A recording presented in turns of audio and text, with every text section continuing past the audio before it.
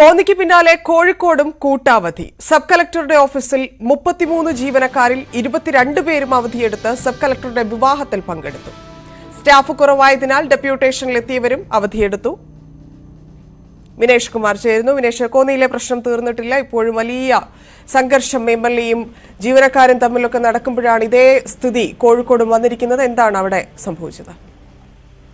ധന്യ, ഈ മാസം 3-നാണ് കോഴിക്കോട് സബ് കളക്ടറായ ചെൽസ സിനിയുടെ വിവാഹം തിരുനെൽവേലിയിൽ നടന്നത്. ഇവിടെയാണ് ഈ സബ് കളക്ടറെ ഓഫീസിലുള്ള 33 ജീവനക്കാരിൽ 22 പേരും അവധിയെടുത്ത് വിവാഹത്തിന് പങ്കെടുത്തു എന്നാണ് ഇപ്പോൾ നമുക്ക് ലഭ്യമാവുന്ന വിവരം. ഇവിടെ ആളില്ലാത്തത് കൊണ്ട് തന്നെ, ഇവിടെ നിരവധി ഭൂമി തരംമാറ്റലുമായി ബന്ധപ്പെട്ട് ഉൾപ്പെടെ ആളില്ലാത്തത് കൊണ്ട് തന്നെ ഡെപ്യൂട്ടേഷനിൽ മറ്റു പല വകുപ്പുകളിൽ നിന്നും എത്തിയ ആളുകളും ഇവിടെ ഉണ്ട്. ഇവരെല്ലാം തന്നെയാണ് ഇങ്ങനെ കൂട്ടത്തോടെ അവധിയെടുത്ത് പോയിട്ടുള്ളത്.